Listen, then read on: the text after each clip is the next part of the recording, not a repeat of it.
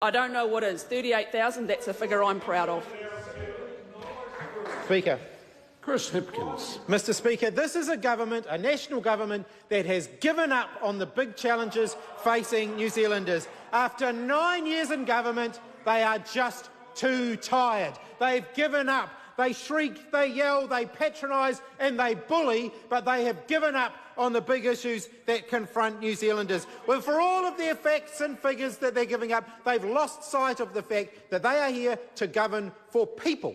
For people. But here's a number. Here's a number that I'm going to give to the government today. 702. 702. That is the number of schools in New Zealand that are either already overcrowded or are at risk of becoming overcrowded within the next year or two, because this government haven't kept up with population growth. They've been happy to take the extra tax revenue that comes from population growth, but when it comes to investing in the services that increasing population needs, they've done nothing. They haven't been willing to invest that money. 214 schools, as of today, are overcrowded by the government's own definition. That means we've got kids having their classes transferred to libraries, halls, gymnasiums, even old dental clinics, because they haven't got the classrooms that they need to keep up with that growth. And there is another 488 who are at serious risk of becoming overcrowded in the near future. So the government are now frantically playing catch-up. And yet we know that of the hundreds of millions of dollars that they've announced in terms of spending in the last 3 or 4 years,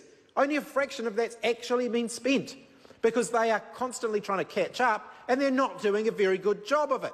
And that's why parents know that the learning conditions their kids are facing simply aren't good enough. Parents in early childhood education know just how much that government have run down the early childhood education sector. Because while participation is up, and that is a great thing, the funding on a per-child basis has gone backwards, not only in nominal terms but in real terms, or not only in real terms but in nominal terms as well.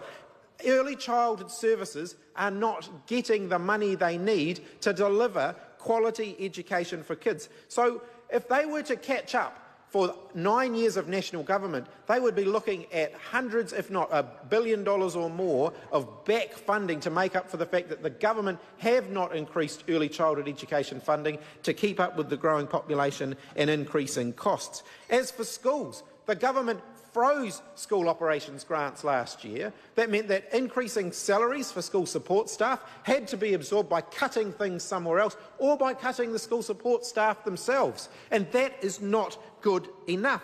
They, of course, have frozen student support for tertiary students for years, and in fact, in many cases, they've reduced the level of support available. This generation of students leaving tertiary education now will be the most indebted ever in New Zealand's history, and that is not good enough. And even within the debt, they're not willing to acknowledge the increase in cost. The amount that students can borrow for their living costs has not changed, I think, in the entire time the National Party have been in government. And the result of that is now people can't even borrow enough money to pay the rent on their flats, let alone eat.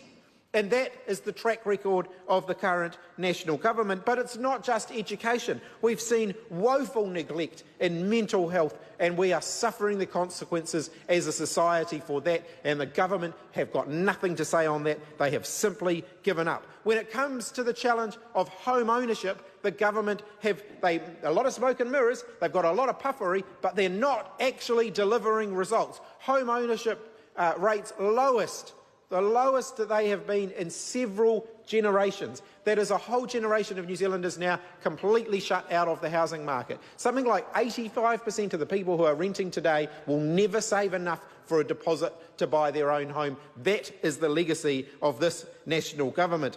They have robbed from the future by refusing to pay into the superannuation fund, kicking the can down the road and saying that the future retirement of New Zealanders is something for a future government to worry about. This government have completely washed their hands of it. And while we're talking about washing things, one thing they haven't washed or haven't cleaned up are our rivers. They are quite happy to admit that New Zealand rivers are unswimmable.